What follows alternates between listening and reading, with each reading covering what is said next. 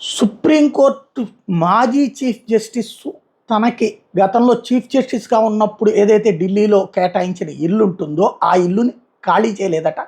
6 నెలలు అయిపోయిందంట, గడువు అయిపోయి ఆయనకి ఇచ్చింది. అంటే మామూలుగా పదవీ కాలం అయిపోయాక కొన్ని రోజులు ఉండటానికి చేంజ్కి వాస్తవంగా ప్రభుత్వమే ఇల్లు కట్టించేయాలి, వేరేది ఒక ఇల్లు ఇవ్వాలి. అట్లాంటిది ఇచ్చారు, వేరే ఇల్లు.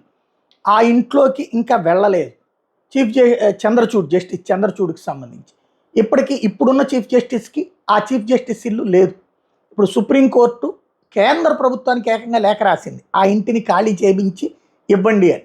దీంతో ఒక కాంట్రవర్సీ, అంటే మాజీ చీఫ్ జస్టిస్ ఇల్లు ఖాళీ చేయించి ఇవ్వమని చెప్పడం అన్నట్టు. దీంతో జస్టిస్ చంద్రచూడ్ స్పందించారు. ఆ ఇల్లు ఖాళీ చేస్తాను, వాస్తవంగా నాకు వేరే చోట ఇల్లు కేటాయించారు, ఆ ఇంటికి సంబంధించిన మరమ్మతులు జరుగుతున్నాయి, ఆ మరమ్మతుల కారణంగా నేను ఆగాను, త్వరలోనే ఖాళీ చేస్తాను అని ప్రకటించారు. ఈ లోపుగా సుప్రీంకోర్టుకు సంబంధించినటువంటి హౌసింగ్ విభాగం నేరుగా మాజీ చీఫ్ జస్టిస్ ఇల్లు ఖాళీ చేయించండి అని కేంద్ర ప్రభుత్వానికి లేఖ రాయడం, ఢిల్లీ ప్రభుత్వానికి లేఖ రాయడం చర్చనీయాంశమైంది.